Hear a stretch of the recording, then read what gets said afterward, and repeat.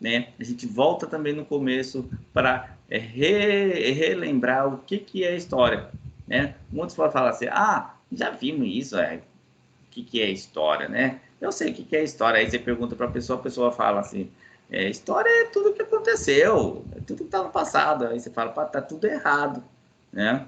E é por isso que a gente estuda novamente isso aqui, para você entender que existe diferença entre história, passado e memória, que não é tão simples assim. A função da história também, que muitos não entendem, que acham que história é só para lembrar do passado, ou que é uma ciência do passado. Vocês vão ver aqui que a história é uma ciência do presente, não é uma ciência do passado. Porque o que importa para a história é o presente, né? Ela quer entender o presente, mas para entender o presente, ela tem que investigar o passado. É igual um detetive, ele quer investigar o que aconteceu num determinado crime. Ele não vai achar a resposta para o crime para prender uma pessoa hoje.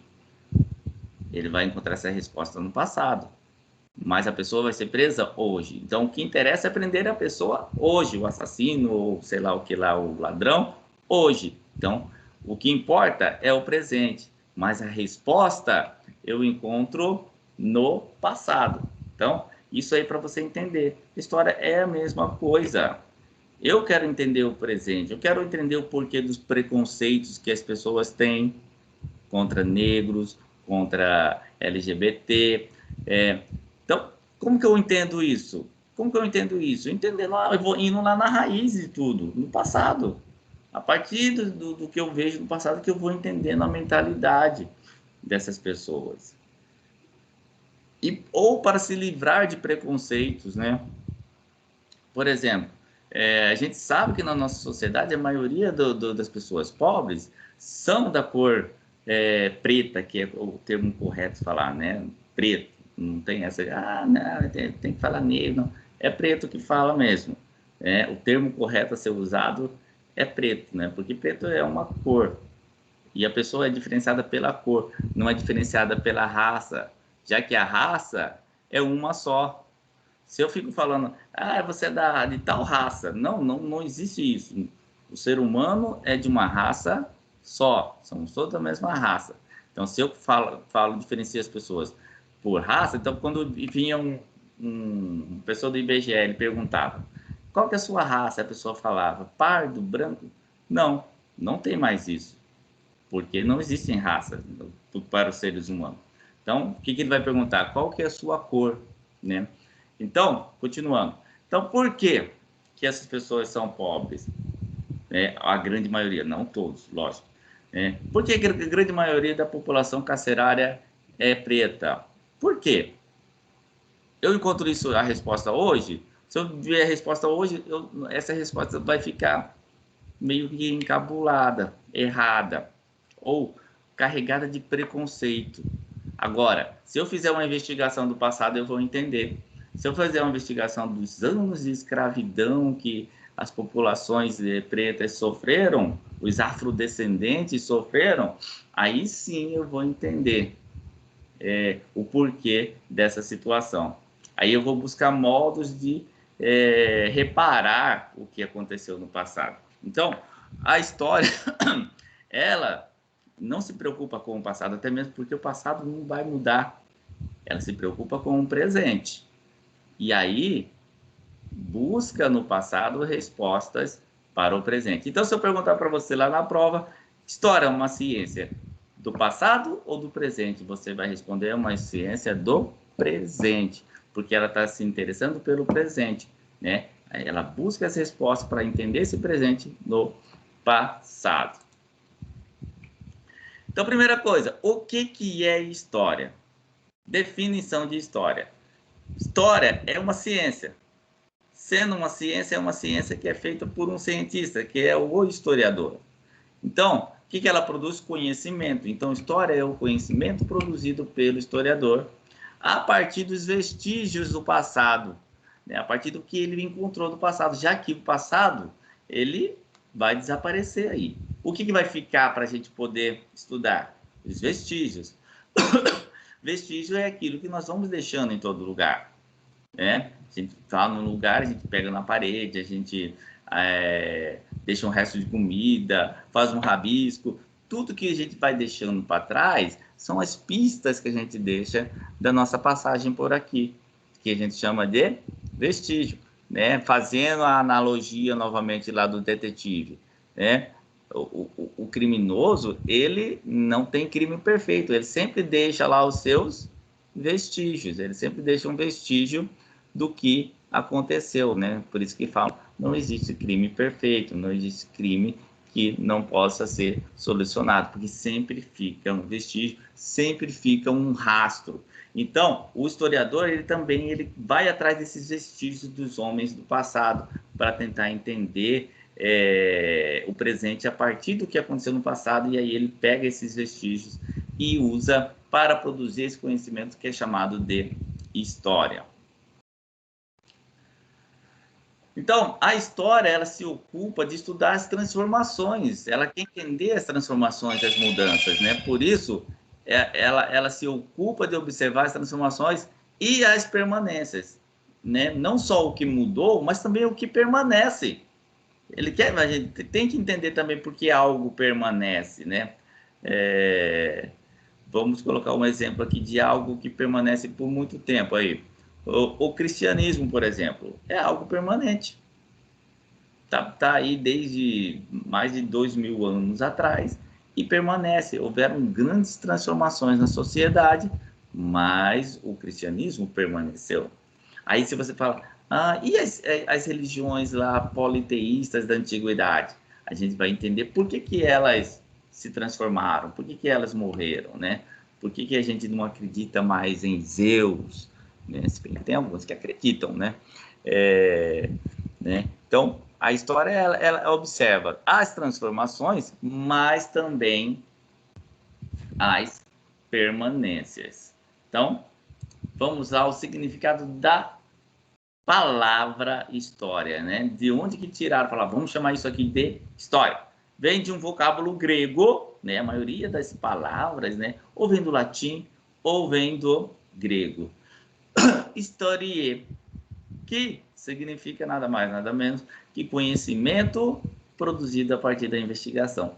Né? Resume exatamente o que é a história. Né? História não é aquele conhecimento produzido pelo historiador a partir dos vestígios do passado, ou seja, através da investigação. Então, é um conhecimento através da investigação. Essa é a origem da palavra história. Vem do vocábulo historier.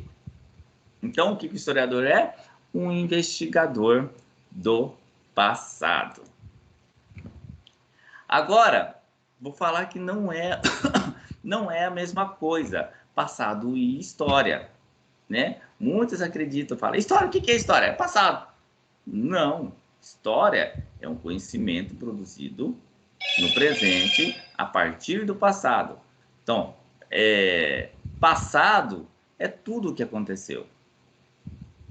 Independente de que a gente vá lembrar ou não. Passado é passado. Passou.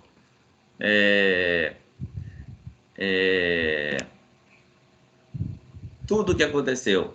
É o jogo do Flamengo passado. É o jogo do Operário passado. Aula de história aconteceu, né? Amanhã essa aula aqui vai ser do passado. Mas ela vai ser história? Não vai ser história, não. Por quê? Alguém usou essa aula aqui para produzir um livro de história? Alguém aqui contou a história do professor Benedito e inseriu essa aula como um vestígio do meu passado? Não. Então, amanhã, essa aula aqui, a gravação dessa aula não será história, não. Ela pode chamar ela de passado, porque passado é tudo o que aconteceu, e pode chamar ela de memória, que a gente vai ver o que é memória daqui a pouco. Então, quando você estiver olhando essa história que ficou aqui no passado, né, o registro que ficou dela, né, vai ser memória, não vai ser história. História vai ser quando passar pela mão do historiador.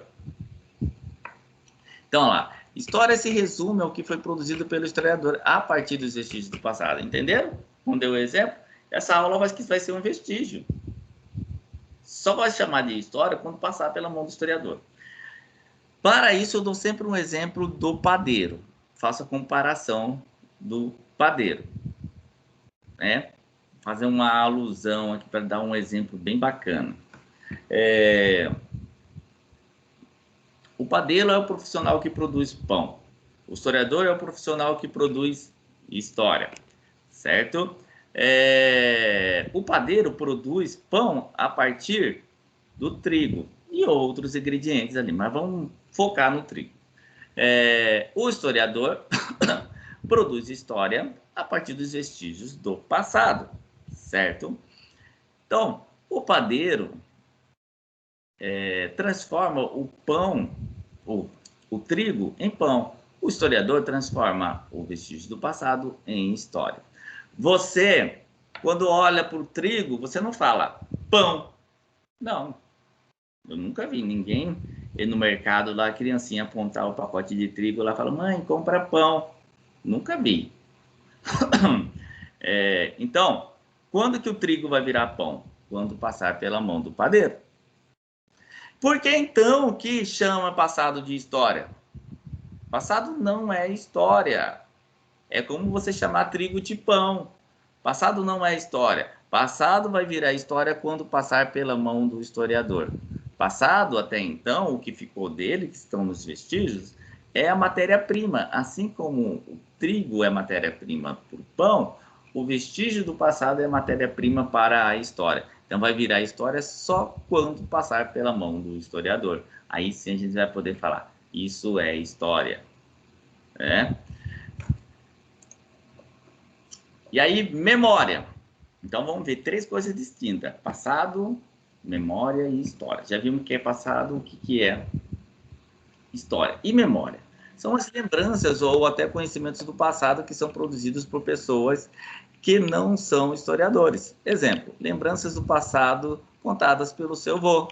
Então, o vovô está lá. Vovô, conta a história. Não, o vovô não vai contar a história. O vovô vai contar memória.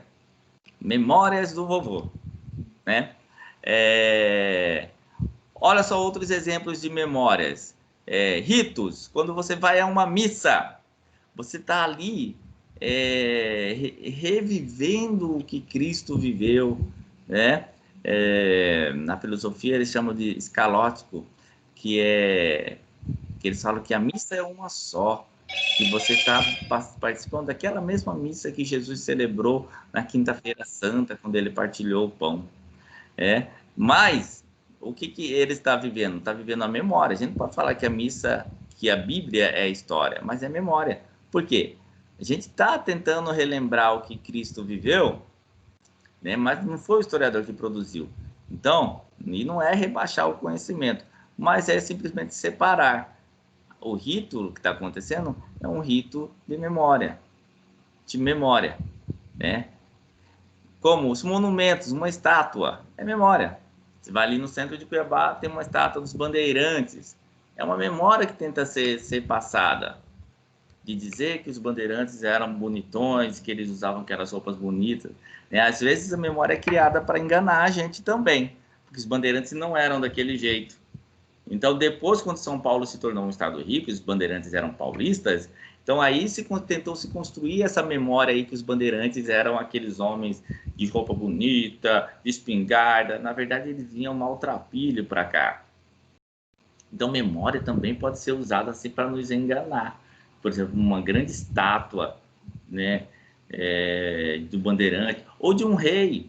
Os reis, na maioria dos bustos que a gente vê, dos quadros, né, são memórias construídas que tentam mostrar um passado lindo daquele rei que não era bem assim. É igual a proclamação, a proclamação da independência do Brasil. Parece aquela imagem no quadro lá da independência, de Dom Pedro num cavalo rampante, cercado de soldados. Não foi nada daquilo. Dom Pedro estava no lombo de um burro, né? Que ele estava vindo de viagem e as viagens eram feitas de lombo de burro. Então não era aquele cavalo bonito, não era nada. Então aquela memória que é aquele quadro é construída para tentar mostrar, deixar uma imagem bonita. Assim como a imagem, né, que muitos constroem hoje. Hoje, quando nós colocamos nossas imagens em todos os lugares, no Snap, no Instagram, no Facebook e outros mais aí, nós também estamos deixando uma imagem. E muitos dão aquela maquiada na imagem, né? Dá aquela editada na imagem. Então, não podemos criticar os reis da antiguidade lá, não, que falavam, dá uma maquiada, dá uma arrumada aqui, dá uma arrumada ali, porque a gente continua fazendo a mesma coisa, né? Mesmo não sendo rei, a gente faz a mesma coisa. Muitos fazem a mesma coisa. Celebrações, né? São memórias, né? Aniversário que a gente celebra todo ano, é uma memória, né? Fica lembrando a data que a pessoa nasceu, todo ano a gente lembra aquela data bonita e celebra ela. Objetos são memórias, escritura sagrada, né? A escritura sagrada, o livro, a Bíblia, é um livro de memória. A partir da Bíblia, a gente consegue escrever a história do povo hebreu, porque a memória, ela serve de fonte histórica. Então, ela não é um livro de história, mas é um livro que ajuda o historiador a construir a história, porque ele vai lá, pesquisa aquele livro, e a partir daquele livro ele consegue confrontar com outras fontes e determinar que aquilo ali aconteceu mesmo. Mas é a partir do momento que passa pela mão do historiador que a gente vai chamar de história. Então, a Bíblia é um livro de memória. Esses vestígios do passado, a partir do momento que o historiador coloca ele dentro da sua pesquisa, ele vai chamar de fonte. Então, por exemplo, esta garrafa aqui, essa garrafa linda aqui, ela é um vestígio do passado. Alguém está me estudando a vida do Benedito lá 200 anos adiante. E aí ele encontra essa garrafa aqui. É um vestígio. Ele fala, vou colocar essa garrafa aqui na minha pesquisa. Então, a partir do momento que ele coloca a garrafa na pesquisa, ela se transforma numa fonte daquela pesquisa, né? Para provar que Benedito bebia água. Ou, né, outras coisas mais. Então, quando eu quero provar alguma coisa, eu vou às fontes. Eu tenho que comprovar. Fonte é com que eu comprovo uma determinada hipótese, né? Vou dar um exemplo bem bacana aqui. O historiador lá no futuro, ele quer estudar esse período aqui, ele quer estudar a presidência de Jair Messias Bolsonaro. Aí ele quer provar na sua pesquisa histórica lá que Jair Messias Bolsonaro foi um excelente presidente do Brasil. E aí o que ele vai fazer? Ele vai às fontes. Ele vai falar, eu tenho que ver os jornais da época. Eu tenho que encontrar um jornal falando bem do Bolsonaro. Eu tenho que encontrar os números da época. Teve uma pandemia lá na época. O Bolsonaro, será que ele fez o correto? O que ele fez? Vamos ver as declarações dele aqui. Vamos ver uma edição do Jornal Nacional de 2020. Então, essas são as fontes. Ele vai às fontes, ele vai tentar, né, comprovar a hipótese que Bolsonaro foi um excelente presidente, né? Agora eu pergunto, esse historiador vai ter um trabalho danado, né, para encontrar essas fontes, né? Ele vai se deparar com outras informações sobre esse período da história, né? Ele vai se decepcionar. Continuando, tipos de fontes históricas. São 5 tipos de fontes históricas. A escrita, a oral, arqueológica, paleontológica e iconográfica. Muitas aqui eu já falei. Escritas vão ser jornais, certidões, testamentos. A oral vai ser o depoimento de alguém. Por exemplo, e aí a oral ela tem que ser uma história mais recente. Por exemplo, tem um bairro que foi inaugurado há 30 anos atrás. Aí eu vou lá estudar a fundação daquele bairro, como que surgiu aquele bairro. Querem fazer comemorações dos 30 anos daquele bairro e aí querem que seja publicado um livro da história do bairro. Aí contrata o Benedito vai lá. Aí eu vou ver os documentos, tal. E aí eu falo, vou ter que fazer algumas entrevistas com os primeiros moradores aqui do bairro, de 30 anos atrás. Então vamos supor, a pessoa tinha 30 anos quando mudou para lá, vai ter uns 60 hoje. Então aí eu vou na casa daquela pessoa e vou fazer a entrevista com elas. Então o que ela vai trazer para mim? É uma fonte oral. Ela vai falar para mim e eu vou gravar. Então, essa fonte oral a gente chama de memória, né? As memórias daquela pessoa. As fontes arqueológicas. Arqueológica são todos os utensílios que são deixados por nós. Todos os utensílios, né? Tudo aquilo que você usa é um vestígio arqueológico. Como eu mostrei, minha garrafa, minha caneca, meu mouse, tudo que são fontes arqueológicas. A nossa casa é uma fonte arqueológica? É também, né? Vamos estudar a arquitetura de determinado período histórico, né? Se a gente estudar a arquitetura lá dos gregos antigos, a gente vai ver que o banheiro ficava junto com a sala e não tinha divisão nenhuma. Então, como que a gente entende isso? A partir das pesquisas arqueológicas. E as paleontológicas? Paleontológicas são os fósseis, né? Que vai a partir da paleontologia. Vou até dar um exemplo aqui, ó. Um osso é uma fonte paleontológica. Mas se for um osso que se transformou num machado, né? Alguém lá da antiguidade fez um machado com um osso lá. Pegou uma pedra, pegou um couro, amarrou ali naquele osso e virou um machado. A partir dali, ele se transformou numa fonte arqueológica, já que é um utensílio, um machado. Mas vejam só, eu vou confrontar uma fonte arqueológica com uma fonte paleontológica. Exemplo. Um historiador... Não. O historiador está pesquisando a vida de determinada pessoa. Aí ele fala assim, vou ver aqui quantos de altura que ele tinha. Tem uma carta dele aqui para uma namorada dele. Na verdade é um site de relacionamento. Ele escreveu aqui que ele tinha 1,95 m de altura. Vou registrar aqui, né? Tá, eu posso confiar de cara nessa fonte? Não. Então, e como que eu vou fazer? Eu vou confrontar a fonte. E como que eu faço o confrontamento? Eu posso confrontar essa fonte, que é uma fonte escrita, com uma fonte paleontológica. Eu falo, vamos lá no fóssil desse cara. Vou pedir uma permissão para poder ver os ossos dele. E aí, quando eu pegar o fêmur dele, lógico, o historiador não é aquele que vai fazer a pesquisa. Quem vai fazer a pesquisa é o paleontólogo. E o paleontólogo vai passar a informação para o historiador. A não ser que o historiador seja paleontólogo também. E aí o paleontólogo vai falar para o historiador, olha, esse cara não tinha 1,95 m de jeito nenhum.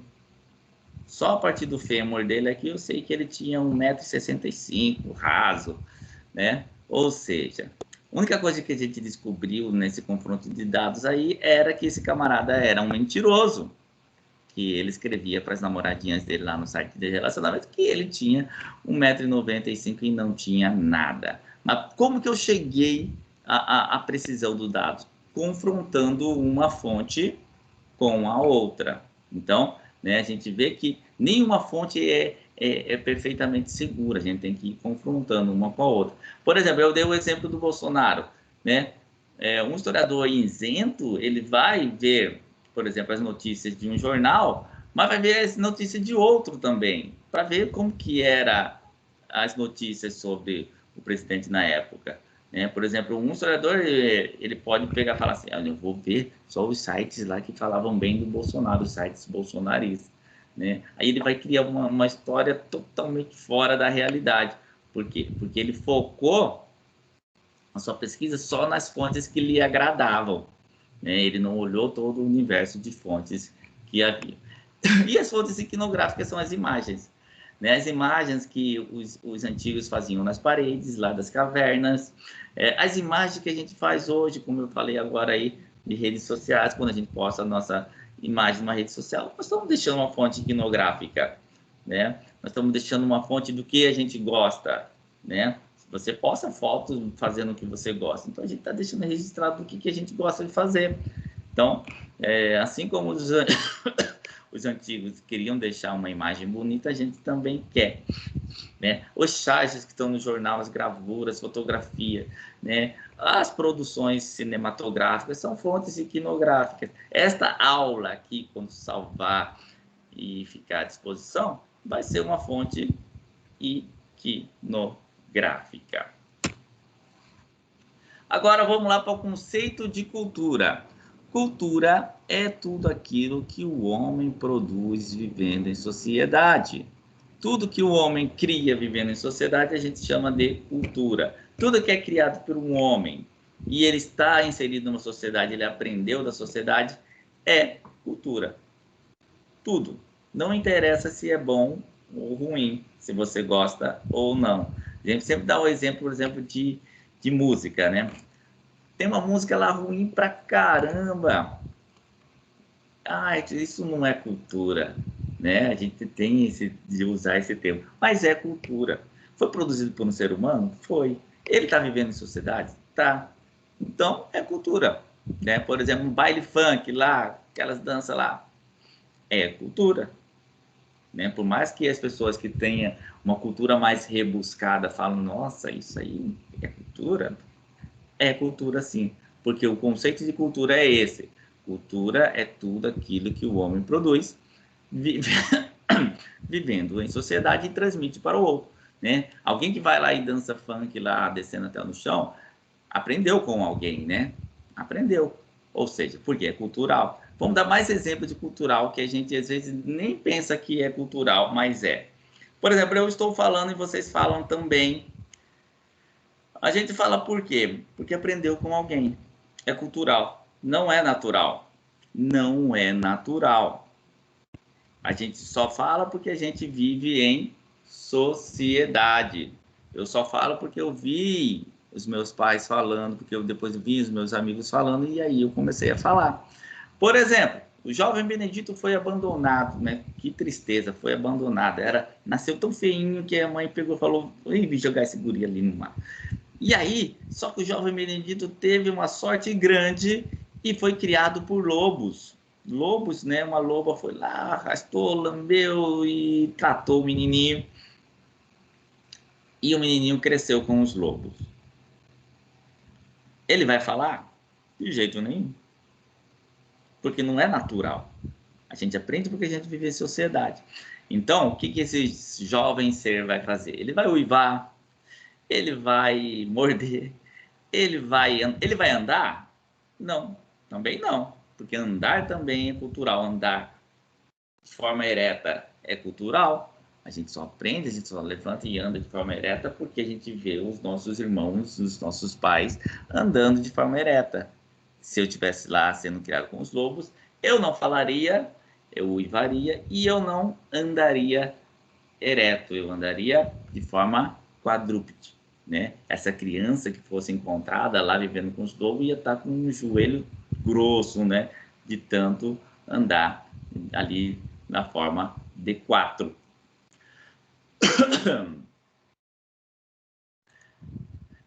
O que é o anacronismo? Anacrônico. O A é um prefixo de negação. Vamos falar de português aqui na aula. A é prefixo de negação. Sempre que você vê um A na frente de uma frase, ele está negando alguma coisa. E cronismo, né? Cronos vem de tempo. Deus do tempo, Cronos. Então, anacronismo consiste em utilizar conceitos e ideias de uma época para tentar entender outra. Né? Como eu falei, a história ela vai se transformando. Mas quando a gente pega os conceitos de um período e tenta interpretar o outro período, a gente começa a cometer erros. E esse erro a gente chama de anacronismo. Então, por exemplo, eu tentar entender uma sociedade, uma pessoa que era escravocrata lá no século 16. Eu vou julgar essa pessoa de tal forma, mas só que eu vou estar julgando com os conceitos do meu período. Talvez se eu vivesse lá naquele período, eu também seria um escravocrata. Hoje eu não sou um escravocrata porque eu tenho toda a compreensão do mundo atual. Mas se eu tivesse nascido naquele período, talvez eu fosse um escravocrata. Então, quando a gente começa a julgar muito o passado usando os conceitos do presente, a gente começa a cometer o que a gente chama de anacronismo. Né? Por exemplo, dar um exemplo cotidiano. Um casal de namorados andando de mão dada no shopping, 15 anos de idade. Perfeitamente normal, né? Hoje a nossa sociedade vê isso e não se escandaliza.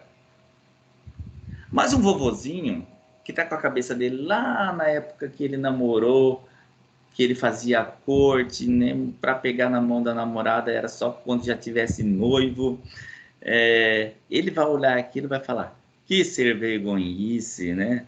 Então, o que ele está cometendo? Um anacronismo. Por quê? Porque ele está interpretando, né, o presente atual com os valores lá da época dele, 50, 60, 70 anos atrás. Então, acontece muito anacronismo no nosso tempo, exatamente por quê? Porque a nossa sociedade está transformando muito rápido. Então, existe muitas pessoas que viveram num determinado período que está vivendo neste, né? E ele continua interpretando o mundo, tudo que está ao redor dele, com os conceitos lá do passado. Então, isso que é anacronismo. Já estamos quase terminando, vamos falar das correntes históricas. O que são correntes históricas? Correntes, você sabe, né? São aqueles elos que vão um ligando com o outro e formam uma corrente. Então, o estudo histórico, vários pesquisadores, eles vão se alinhar a uma corrente. Um historiador, ele fala, eu sou dessa corrente histórica aqui. Por exemplo, eu, quando fiz minha pesquisa, eu vim por essa corrente histórica aqui, que é a corrente dos análises. Me interessei bastante pelo materialismo histórico, mas que já está em queda. E aqui nós temos também o positivismo, que não está mais aí, quase ninguém mais usa o positivismo. Por quê? O positivismo ele foi criado por um cientista chamado Augusto Comte, que privilegiava a cronologia, ou seja, aquela história cronológica de decoreba, decorar quem foi o rei, depois desse rei veio qual rei, depois veio qual... Não, decorar datas, decorar... Então, era mais ou menos a história que era estudada até lá o período da ditadura militar, decorar heróis, né? Então, era uma história, né, que não era crítica. Aí veio o materialismo histórico, né, que foi criado por Karl Marx, enfatiza o aspecto econômico. Ele tenta interpretar a sociedade a partir das condições materiais. Ele vai tentar falar assim, o homem precisa trabalhar para conquistar isso. Então, tudo na sociedade ele vai explicar a partir do materialismo histórico, a partir da condição de vida do ser humano, né? Então, tudo na história ele vai tentar explicar a partir dessa relação de explorado e explorador, né? O explorador é o burguês, o explorado é o proletário. Então, tudo aí ele vai tentar explicar a partir do aspecto econômico da condição material. Já a escola dos análises, não. A escola dos análises vai tentar interpretar a sociedade de várias formas, né? A partir das mentalidades.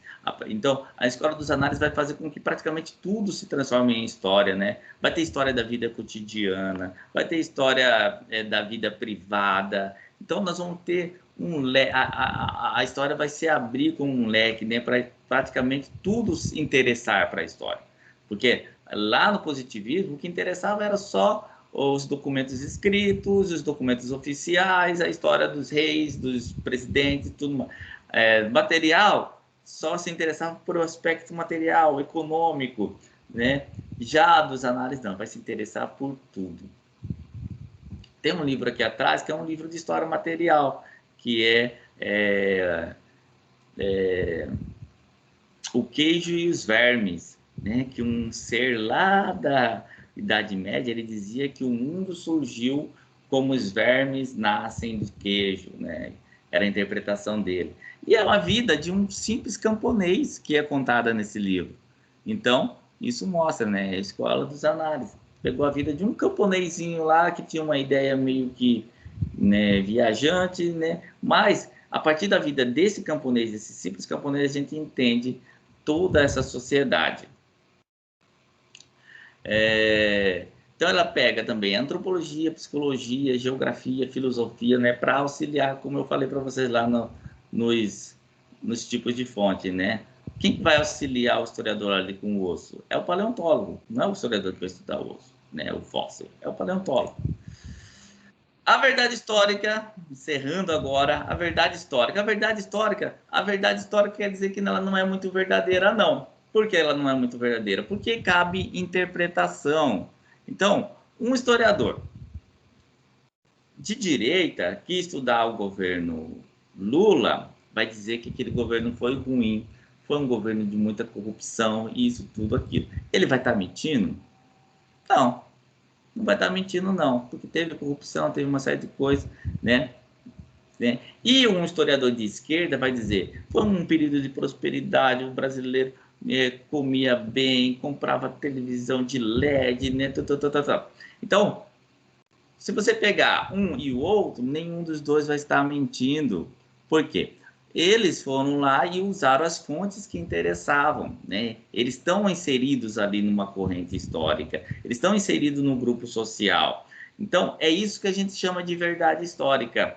A verdade histórica, então, ela não é absoluta, ela é relativa. Então, dois historiadores estudam os mesmos documentos e eles têm interpretações diferentes, né? Seguindo aí a sua tendência política e social. Então, é isso que a gente chama de verdade histórica. Então, ó, o interesse por certos temas e as formas de abordar a história são influenciados pela experiência direta do historiador. Ou seja, se ele é de esquerda, se ele é de direita, e suas opções políticas e sociais. Compreenderam? Então, vai entrar muito aí o aspecto, né, da vida do historiador. Então, a verdade histórica, ela é relativa, né? Anotem isso, a verdade histórica, ela não é absoluta, ela é relativa. Então, nós temos três tipos de tempo histórico: o de curta duração, de média duração e de longa duração. Vou explicar rapidamente o que é cada um. O de curta duração é aquilo que aconteceu e você sabe. Por exemplo, um acontecimento que passou no jornal hoje, ontem. No jornal hoje, ontem, né? O outro dia vocês conversam sobre aquele assunto. É um acontecimento de curta duração.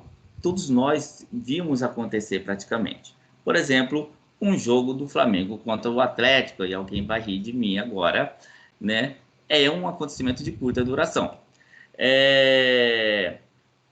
Agora, as Torres Gêmeas, o ataque às Torres Gêmeas que aconteceu em 2001. Vocês ainda não tinham nascido, né? Quando teve o ataque às Torres Gêmeas. Mas sua mãe, seu pai, seu avô já tinham nascido. E eles falam: pô, em 2001 teve um ataque nas Torres Gêmeas lá. Então, quando acontece uma catástrofe, fala assim: nossa, parecendo. Então, quer dizer, esse aí já vai ser de média duração. Não? Quer dizer, você não vai perceber rapidamente, mas você convive com pessoas que viveram aquele acontecimento. Então, é de média duração. Então, jogo do Flamengo, curta duração. Ataque às Torres Gêmeas, média duração. Agora, o cristianismo começou, ninguém que vive hoje estava vivo naquela época. E ele está aí, presente na nossa memória até hoje. Por quê? Porque ele é de longa duração. E para a gente entender o cristianismo, a gente não entende só conversando com alguém ali, conversando com alguém aqui. A gente tem que ir à pesquisa histórica. Então, curta duração a gente vê acontecer. Média duração, a gente conhece alguém que viu. E longa duração, eu só entendo a partir da pesquisa histórica. Essa é a diferenciação básica. Curta duração, eu estou vendo. Média duração, eu conheço quem viu. Longa duração, eu só vou saber a partir da pesquisa histórica. É esse o resumo. Aqui são os períodos históricos que a gente bem conhece, né? A divisão histórica, que a gente vai estudar mais a fundo na outra aula, né? Já expirou nosso tempo, vamos terminar a aula aqui. Depois eu mando esse vídeo desta aula e as atividades do Quizlet, tá bom? junto com a atividade do Quizlet, eu coloco um tutorial do Quizlet para vocês entenderem como funciona. Então, brigadão. Até a nossa próxima aula. Fique com Deus. Cuide-se bem. Obrigado.